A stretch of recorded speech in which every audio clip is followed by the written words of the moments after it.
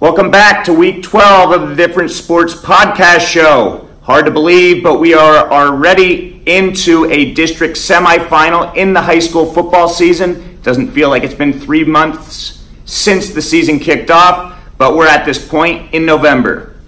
As always, I will start this show with my picks. Starting in the high school level, last week I went 8-4. Sorry to Shamokin, Lewisburg, North Penn, Mansfield, and Troy. I went against you. You proved me wrong. This week, we're only going to pick 6 high school games because that's all that remain. There's only 12 total teams in District 4 left. Depending on the weather, they're going to either be half on Friday and half on Saturday or all on Saturday. That decision will be made Thursday morning at 9 o'clock by the District 4 committee. Class 4A, District 4 Championship has Selinsgrove heading to Jersey Shore. I would say it's just a sad situation what District 4 Quad A has been this year. I'm picking the Seals to win it, and if they do, they will be at 6-6 on the season. So just to show you what District 4 Quad A has to offer, not much. Winning team, winning a district championship at 500 shouldn't be, well, it shouldn't ever happen. AAA, Shamokin at Danville.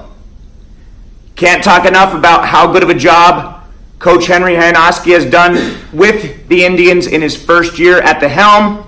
They've already won more games this season than basically the entire decade before this. However, they're on a weird streak this year where they have started off with a win in week 1, loss in week 2, and continued that pattern throughout. So they've gone win-loss, win-loss, win-loss, win-loss, win-loss, win-loss. Won last week, so if they keep the pattern, they're going to lose this week to the top-seeded Ironmen of Danville. The other semifinal, Lewisburg at Montoursville. I thought Loyalsock getting their quarterback back could have been a team that potentially would compete to win the district championship, but Shamokin beat them ultimately, so it's more wide open now. Lewisburg at Montoursville. The Green Dragons upset the Blue Jays of Central Columbia last week in a low-scoring 7-6 game, and Montoursville had an easy one with the Northern Tier team. However, Montoursville's record's better than Lewisburg's. I just don't think either team is great, but I think Lewisburg's better, and I think Lewisburg's going to advance to the District 4 AAA championship game with their second road victory in the playoffs. Class A has Muncie at Canton. This is the best season Canton football has had since, well, I would say probably nobody on their team, players-wise, remembers the last season that they've been this good in terms of record, and I think that they're going to beat Muncie again like they did in the regular season, a close one in the regular season, but I think Canton will win the District 4 Single A Championship. Class AA, easiest picks for me this week, North Penn Mansfield at Mount Carmel. The Silver Bowl will again get to see the Red Death defense of Mount Carmel area. The defensive unit for the Red Tornadoes has been very good the last 5 or 6 weeks, and they will dominate again, beating North Penn Mansfield. Troy at Southern Columbia. Southern will win that in a mercy rule. I'm not going to say anything more on that. So those are our high school picks. College, last week I went 5-0, 33-17 overall. However, I can honestly say, even though I picked Alabama, I didn't expect them to just completely dismantle LSU on the road. But Baton Rouge was woken up by the tide. So, this week, Wisconsin at Penn State. I'll actually be at that game if Mother Nature cooperates and allows the Southern game to be on Friday night. If not, I'm going to have to change my plans on that one. Either way, the Badgers and Nittany Lions are struggling this season in terms of preseason expectations, but I'm going to go with Penn State at home. Next game, Kentucky at Tennessee.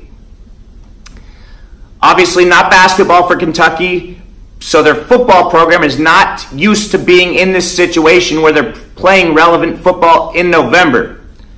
I think even though Tennessee's got a subpar record, home in Tennessee. Kentucky's going to be in a dogfight. I am going to pick Kentucky to win that one, however.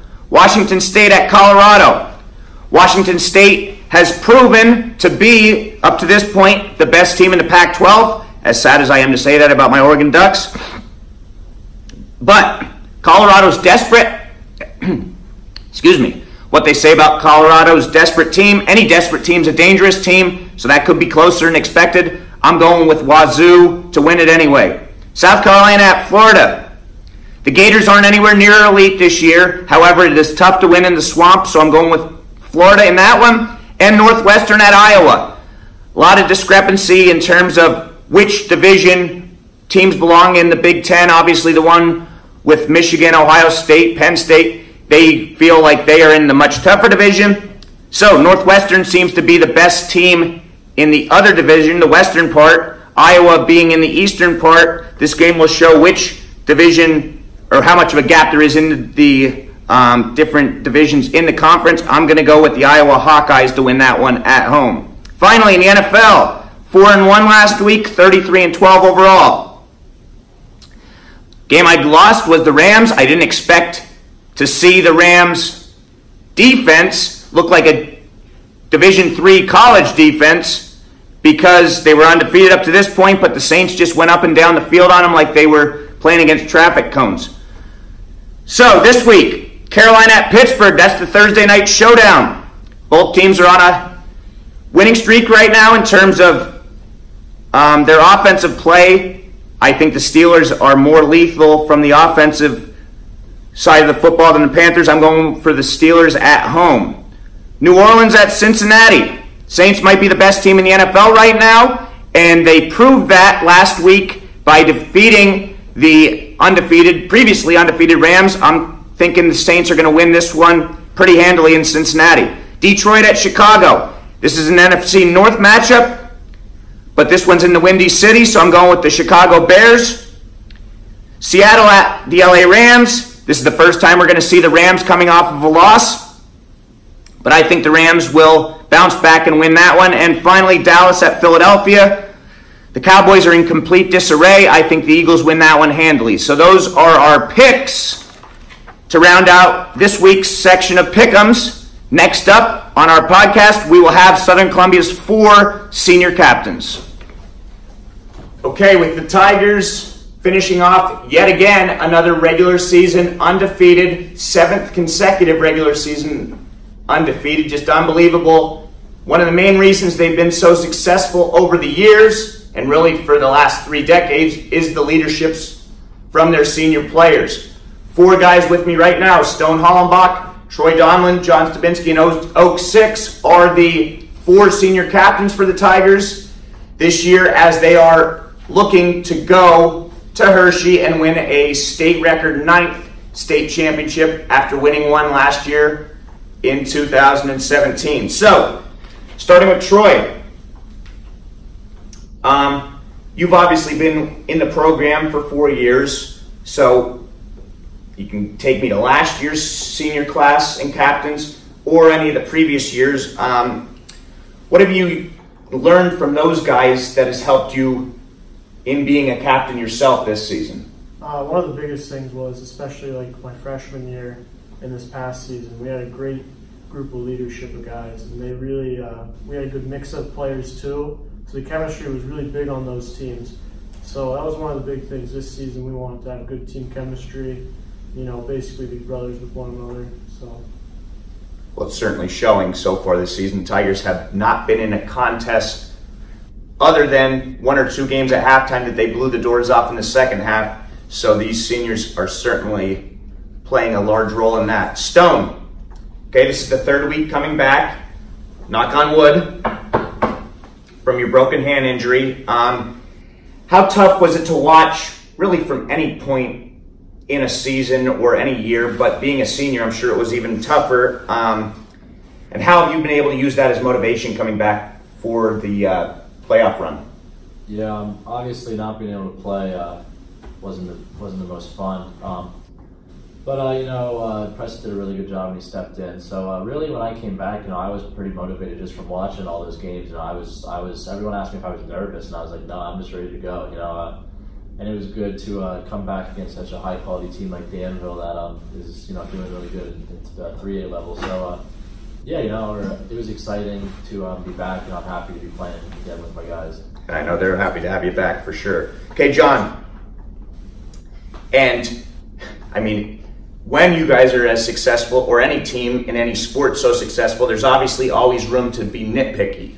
So, not that you guys have been bad by any means, you've been way above average, and the numbers on offense tell. But I know there's been times this season, earlier rather than later, when the coaching staff has gotten on the offensive line, 3 of you are offensive linemen, that you guys, and I'm not saying anybody individually, just as a unit, didn't play to the level that you were capable of. And I know there was times where I'm sure some of the other players on the team were either mad or trying to motivate you. So although dominating the scoreboard, what do you think was the main issue that you guys had to overcome, and how have you done that? Well, to go back on the nitpicking, I guess it has to be done. If you have a difference between a good team and a great team, and to make a great team, you have to pick out every single thing and make it perfect. That's a good point. Yeah, good team. I mean, good teams just, okay, we're going to have some weaknesses, but a great team, you want to be as great as you can be in any area. Yeah. And what was the second what you say? Well, just what do you think was the main issue, and how did you guys able to overcome whatever the issue was, whether it was communication, just finishing out on blocks, learning assignments? I think we just need to relax a little bit. I mean, with the expectations this year are just so high. Right. And it's kind of hard to be relaxed when you're just always wanting to show everybody that you're the best, and that you need to keep that certain standard. So I think it just needs we need to relax a little bit. And not just you guys, but I know it's probably even tougher knowing that with the media coverage from the beginning of the season, some people are crowning you state champions before the season even starts. Does that play into role at all too, or is that something you just have to mentally be prepared for? It's definitely actually not a good thing. It's a negative thing to have everybody saying that you're this great, because it gets in your head, and it's all mental game. And once your mental game is thrown off, it does screw things up. We are our own worst enemy. I agree. And we just got to keep our heads straight. And kind of piggybacking off of that, how do you feel the team's mindset has been entering the playoffs? And really at this point now, given the fact that you guys haven't really been in any close games, I mean, you guys have played as much football in the second half really as the fans at the stadium. I think it picked up quite a bit. And I know that we know that the teams are going to get tougher every week now. So our attitude's just stay focused, stay intense every game. And as a captain and returning starter, how do you feel what Southern Columbia obviously calls the red team? How do you feel that the red team, have you guys been able to get them motivated to pick up their level of intensity as well? Because obviously you were going against an opponent for 2-3 hours on a Friday night, but your main opponent is who you're going against in practice for whether it's 10-12 hours during the week. How do you feel that the scout team, red team, has done so far in the playoffs? I think they picked it up a lot since the regular season, because they know that they have to work hard against us to make us better for the opponents that we're going against. So I think they really improved on what they were doing. Okay. All right, Troy. Now, you're not playing as much defense, and you haven't needed to, which is a good thing. I mean, I know you would like to be on the field at all times, but when you have guys that don't have to go both ways, that's a good thing for injury reasons, and just the mere fact that you guys have enough players that are showing they're good enough to be on the varsity field. This defense has been on a record-setting pace. Last year's defense set a school record for the least amount of rushing yards allowed per game. This year's team is only about 1.5 yards off of setting a new record that a lot of people didn't think would ever be broken. What has surprised you the most about the defensive play this season? To be honest with you, nothing's really surprised me with how good our defense is this year. We knew coming into this season that we had some guys ready to play defense, and we were going to have a good defense this season. But really, like the secondary, it's impressive how much those guys have stepped up too. Like they should be getting a lot of credit for some of those sacks because the coverage downfield has been pretty solid throughout the whole season. And with that being said, other than Julian, you're trying to find a niche of new guys in the other corner position and safety spot, so that does make it more impressive. You don't have, it's a fairly new secondary. Stone, I know you follow a lot of, obviously you're very in tune with what's happening at the college level, professional level, but I'm sure you follow high school as well. Just looking at anywhere in the district, have you seen anything that's really surprised you this season, that stood out, maybe a team playing better than you thought, or a player, or anything like that? I'd probably say I was pretty surprised with how Hynoski turned Shamokin around so quickly. I mean, last year, I don't know, I think they won one game last year. Either one game or none. Yeah, I think they won one the last 2 years combined, so winning 6 So, is... obviously I expected him to do great things, but, just to turn it around as quickly as that and to win a district playoff game, they're looking pretty good for the future. So I'd probably say, how quickly he's had an effect on that program. Okay, so Shamokin area. Henry Hynoski, a 2007 graduate of Southern Columbia, now turning over an Indians program that was certainly not in the right mindset the past couple of years of winning football. John, keep on the line again. Do you guys feel like, as linemen, when you have guys that are getting the headlines like Julian, Gage, Cal, Stone, Gavin, I mean, the list can go on and on. Bottom line is, linemen, and that's why I try to make it a point of emphasis. I'm starting this podcast this year, and I try to make sure to interview every starter at least once, no matter where, but not all media outlets do that, and some of them just don't have enough space for it. So as linemen, you guys are kind of the unsung heroes. Do you guys feel underappreciated, or do you use their success to kind of write your own success? That's exactly what we kind of do. I mean, I've been playing for so many years now, and I've been on the line this whole time, so I know what to expect. But we all have a goal. Everybody on the team has a goal, and that's to go to Hershey. So, I can't even care. It's not about me. It's not about him. It's about all of us, what we do. So I mean, they get the main credit, but I mean, our goal is to go to Hershey, and as long as you see that gold football in December in Catawissa at Southern Columbia, that's the main goal. Fair enough. Okay, Oak, and I actually didn't really realize this. I mean, I probably knew it, but just didn't think of it. You and Troy were the two freshmen on the 2015 team. Now, whether you're the two only freshmen and you guys both contributed, played significant amounts, whether you were starters, I mean, you can say some games you played more than others, started in certain situations, especially in the playoffs, you played more. But I don't know if either of you know this. Obviously, you haven't lost a regular season game, but the last 7 teams can say that. But you and Troy, whether you know it or not, could go down as the only players, as the duo, with the best winning percentage in Tiger history. Now, obviously, the rest of the senior class is going to have a heck of a record as well, but last year's senior class set the record, but they had 3 years of doing it at 47-1. Right now, you two are 58-1. Now, I mean, unless you go, what do we have? 65 and what's my math here? 63-1. I don't think you really care that much, but just knowing that, how special of a feeling is that, knowing the history of Southern Columbia football? It's pretty neat. I mean, knowing all the great teams that we had in the past and all the players that won little game or lost a few games in the past, it's pretty cool knowing that me and Troy are going to be able to share that. So you're not saying if we can, you're saying we are going to share. Yeah. Yes. Right mindset. I mean, I'm a Dolphins fan, and God, I don't know if I can remember 63 wins in my lifetime that they've had, yet alone in 4 years of high school. That would be unbelievable. And again, I know it's not an individual accomplishment. You played with some great players as well. certainly. So the Tigers are looking to go 63-1.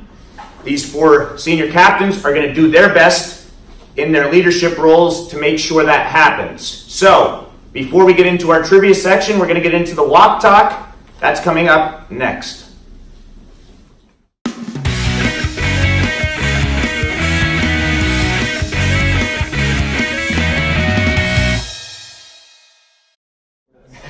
Okay, so now for our talk walk section. I think I said walk talk, whatever. Same thing, we've been doing this for, I'd say, about 8 weeks now. I don't think you 4 have, in your first time, had it, because I think I started it after you guys were on as your first appearances. But basically, this is just a time to get away from football for the most part, or sports even in general, and talk about what else is going on, whether it's in the community, the state, the world, really. So 3 things that I want to bring up. 2 of them are outside the country. This one, you guys can elaborate on it if you have any comments on it. A city in China has banned pet owners from walking their dogs in daylight hours. Pet owners in Wenshan, China will no longer be able to take their dogs for a walk between the hours of 7 a.m. and 10 p.m.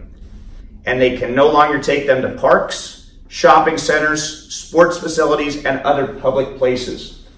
To me, that's just stupid, I guess you could say, the fact that you're not allowed to walk your dog unless you're cutting some of your sleeping time away to sacrifice some of your hours of sleep. Why are they doing that? There's got to be a reason for it, but the article didn't say anything. I don't know if it's for people getting bitten by dogs. I mean, obviously there's stray animals all over the place. Ooh, that might be. Bottom line is, if you're a pet owner, to me, you love pets, right? If you're a pet owner, so you would think you want to train your animals to do so. But so for the 1 or 2 people that are lazy and don't want to train their dogs, that might be the reason for it.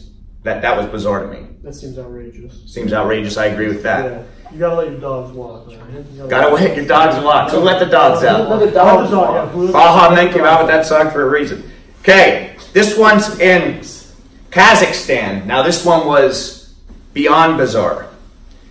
A man in Kazakhstan who was thought to be dead turned up at his family's home 2 months after they apparently buried him.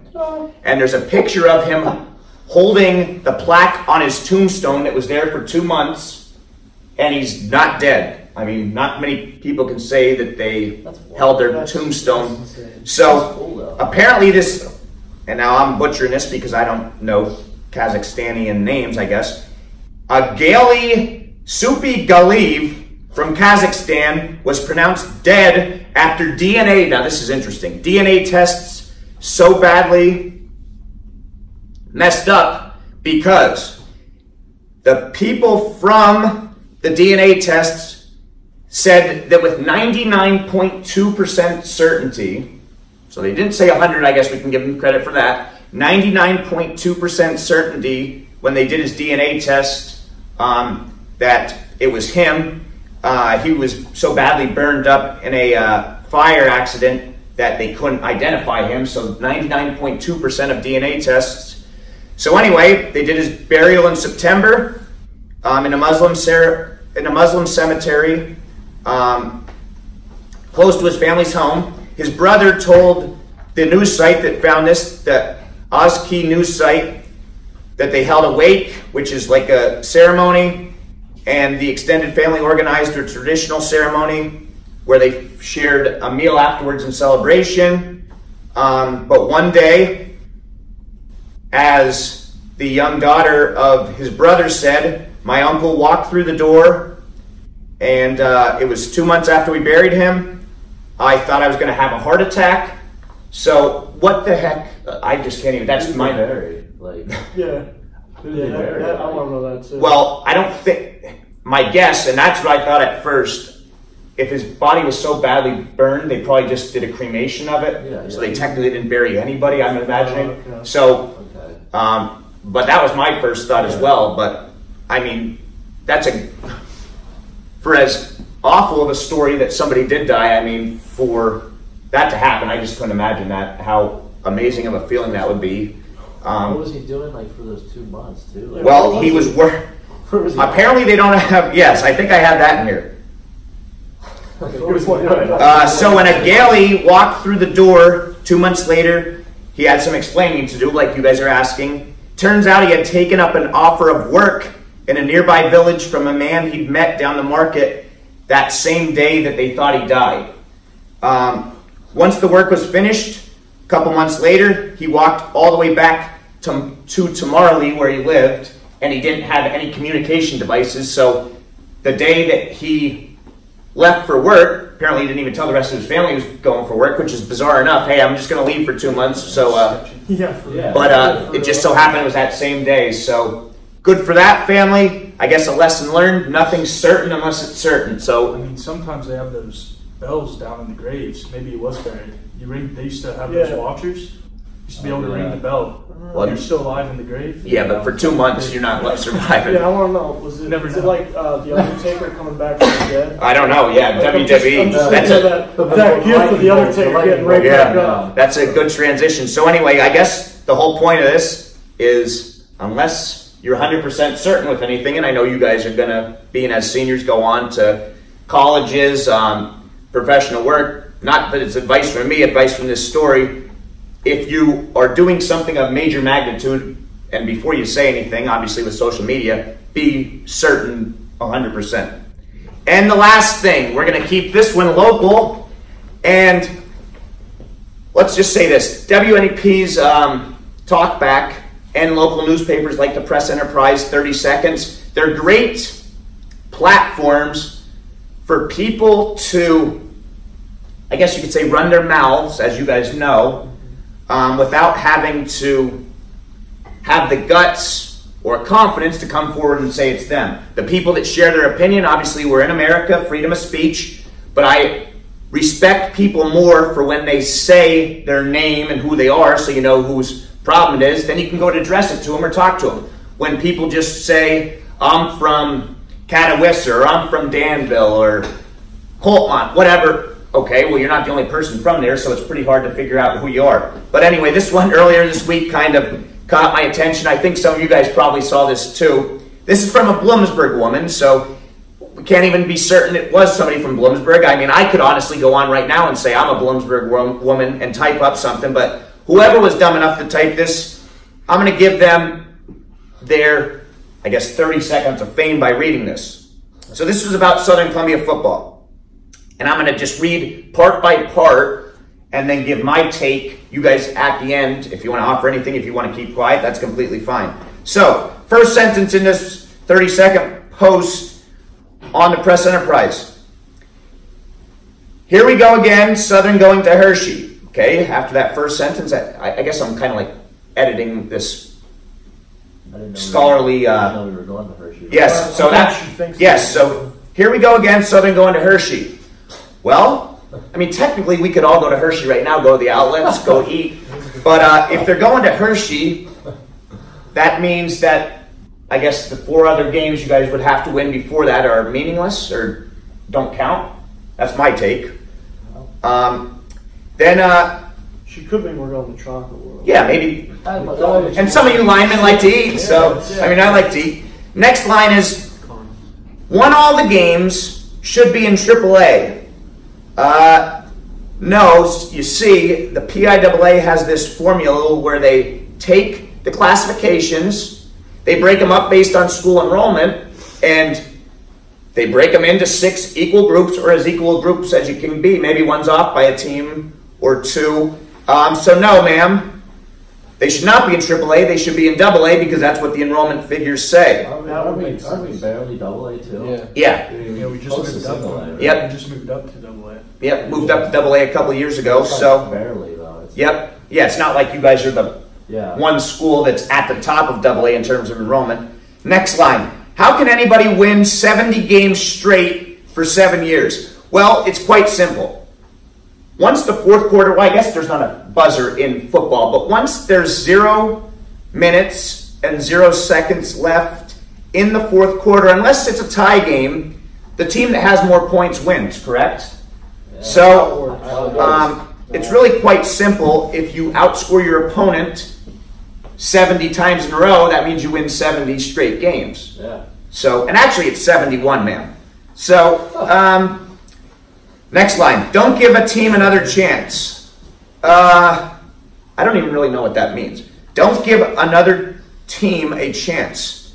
Are we supposed to give them a chance? Yeah, I don't know what that means. I thought the goal of Maybe you guys football are supposed to play with was to three. win games. Maybe you guys are supposed to play with 3 offensive linemen and not play with linebackers, or I don't. So whatever. Yeah, I was Don't. supposed to not like drive down the field and score points. I don't know. Supposed to stay out of the end zone so the other team can score. Just kick field goals. Kick field goals. Get down there. Even that though, I I would don't give know. them a chance. Yeah. They get close. Show off all the time. So if you are watching this, please comment on this video and define that for me. What show off all the time?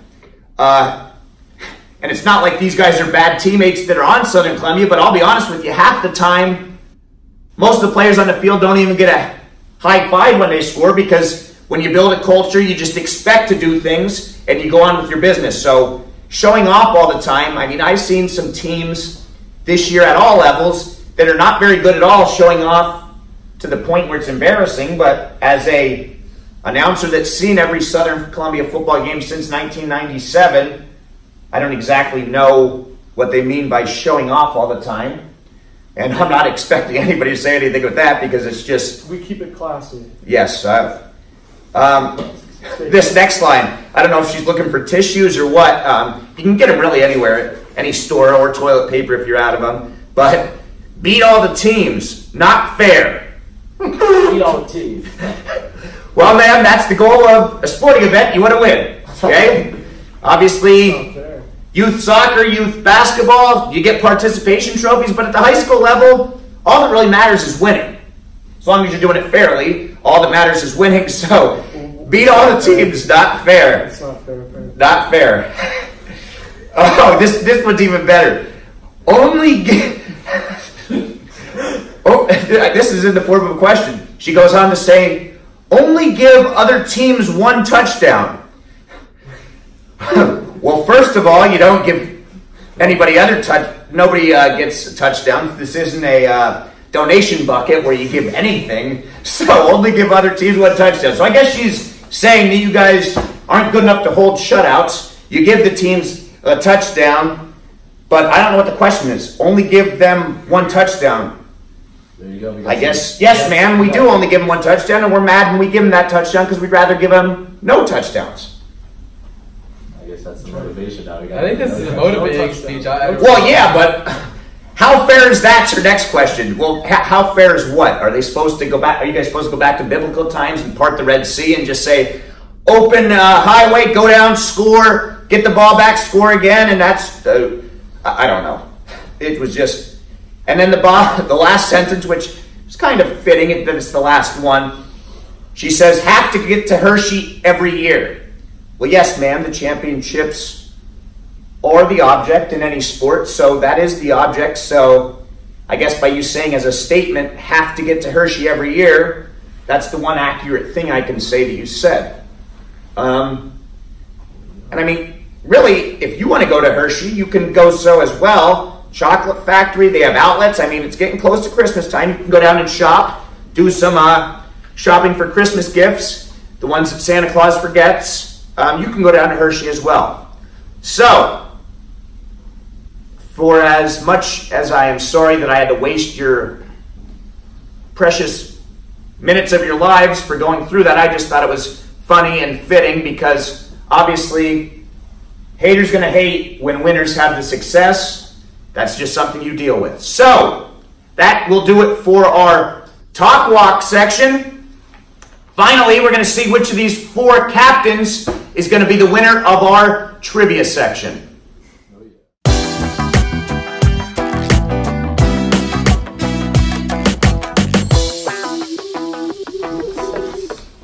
Okay, time for the trivia section.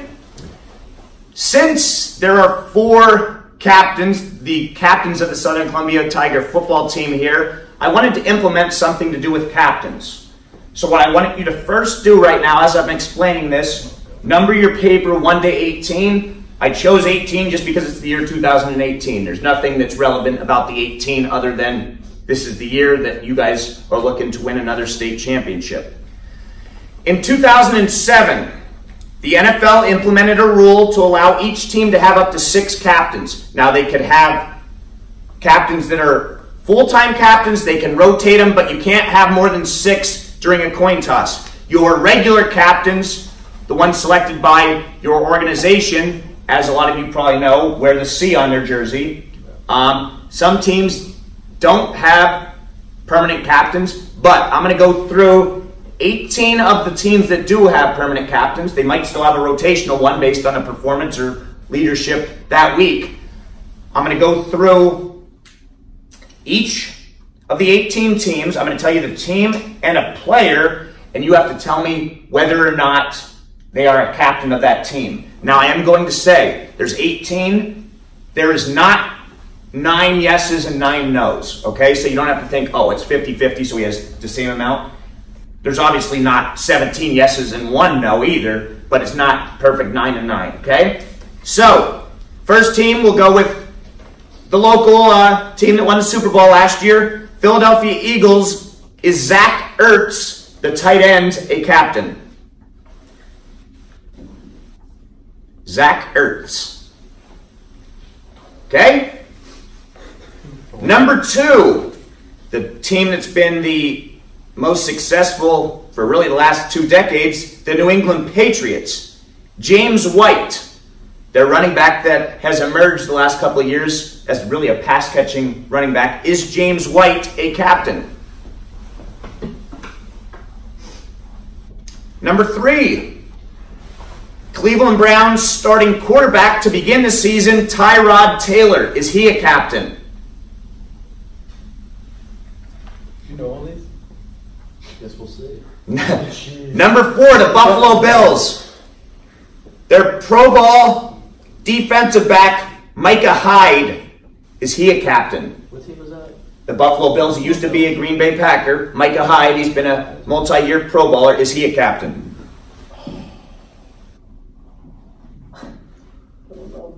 Oakland Raiders quarterback, Derek Carr. Is he a captain? Number 6, we're on, right? Yeah. Yes. One of the main players on the Minnesota Vikings defense, Anthony Barr. Anthony Barr. 7, Tennessee Titans starting tight end, who unfortunately is out for the season with an injury, Delaney Walker.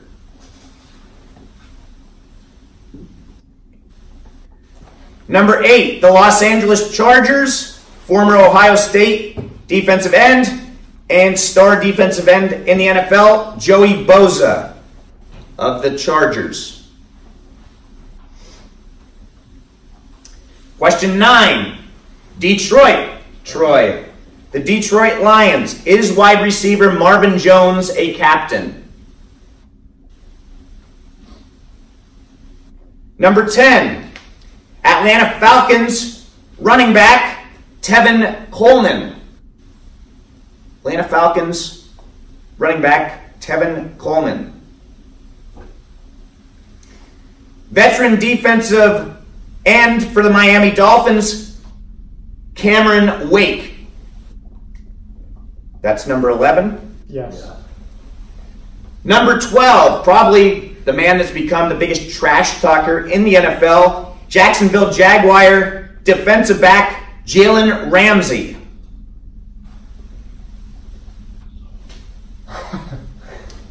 Number 13, one of the top picks in the draft this year, New York Jets rookie quarterback, Sam Darnold.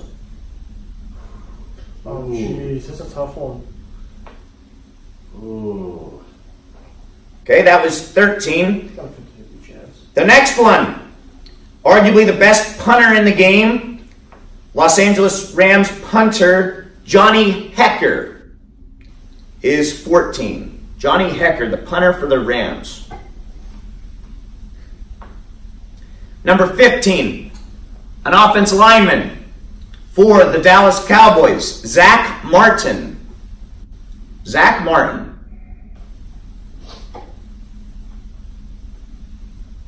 Takes us to 16. Arguably the dirtiest player in the NFL. Linebacker for the Cincinnati Bengals, Vontaze Burfict. That's 16. Number 17, this man had an outstanding season last year. It ended due to injuries. Back at the helm as the starting quarterback for the Houston Texans, Deshaun Watson.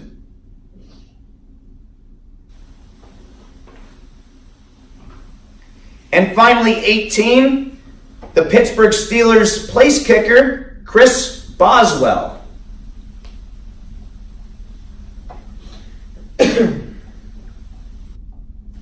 Okay? So, I trust your honesty. 1 point per question. I'm going to go down. +1 if you got it. Nothing if you didn't. 50-50 guess. Philadelphia Eagles, Zach Ertz is not a captain. Not a captain. Yeah. Start. James White of the Patriot is a captain. Yes, he is. That one surprised me as well. I had no idea. Tyrod Taylor of the Cleveland Browns, although he's not the starter anymore, he is a captain. No way. 2 for 3. It's not bad. Micah Hyde of the Buffalo Bills defense is not a captain. Give it to me. Give it to me. All right, Roy. Derek Carr of the Oakland Raiders is a captain. Oh, yeah. Yeah, boy. Anthony Barr of the Minnesota Vikings is a captain. I'm on like a. Number 7, Tennessee Titans tight end Delaney Walker is a captain. Yeah. That was number 7. You are. Chargers, Joey Bosa is not a captain. Ooh, the only one I picked. Give it to me. Detroit Lions wide receiver Marvin Jones is a captain. And the man that's on the roll doesn't even know the captains of his team, which I don't expect. I don't know the NFL captains. I only listen to their games. Oh, okay. Watch it. Don't have the ticket. And they don't announce who the captains are, I'm Don't sure. announce the captains. Okay, number 10, Atlanta Falcons running back Tevin Coleman is not a captain. Getting hot. Number 11, Miami Dolphins D-end Cameron Wake is a captain. Gosh, I knew that. Of course he is. Number 12, Jaguars Pro Bowl D-back Jalen Ramsey is not a captain. Oh boy. Getting contentious. I thought that was probably the toughest one. I would have said yes for that. I did say that. Jets starting quarterback Sam Darnold is not a captain. Dang it! I thought he was. No, I got that one right, Troy. The Rams I had no and I erased it. Rams punter Johnny Hecker is a captain. There you go. Special teams matter, Oak. Remember that. Runners are people too. Doesn't matter. Okay. Lineman Zach Martin of the Dallas Cowboys is a captain. There you go.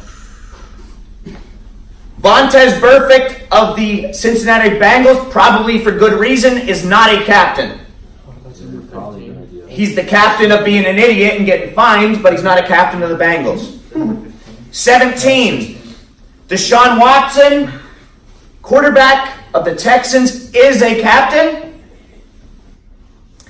And 18, the Pittsburgh Steelers kicker, Chris Boswell, is a captain. Oh, So, I want you to total them up. I'm going to go alphabetically through you 4 by last name for you to reveal your results. Okay? too good. So, alphabetically by last name. I'm going to do it in reverse order, though, because I know some of you guys don't get the love if you're at the end of the alphabet. Okay?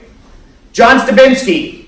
I got +5. 5 out of 18 for Johnny. Yep. So, under 33%. Oak. +9. Oak was 50% at 9 out of 18. Next up, I guess, would be Hollenbach. Stone. I got 13 out of 18. Stone got 13 out of 18. So, right now, Stone's the leader. Lastly, Troy. 15 out of 18. Troy Donlin, 15 out of 18. So, just like that, coincidentally, in reverse order of your last name, finished our places. So, Johnny Stabinski, 4th place. We don't have to say how many people were in this. 4th place. 4th place. Okie, you got the bronze. I'll take it. Roll Tide, runner-up, and the birthday man of less than a week ago with, you can call it the best haircut on the Tiger team, or the ugliest, Troy Donlin, is the captain's edition of the Trivia Games winner. So, thank you for joining us. Next week, unless some miracle happens, which will be the upset heard around the world, we will be doing a podcast for week 13 in what I expect to be a District 4 championship showdown between the visiting Red Tornadoes of Mount Carmel area and the home defending state champion Tigers in Southern Columbia. You're not going to want to miss that one. Thank you for listening, as always, on the Different Sports Podcast Show.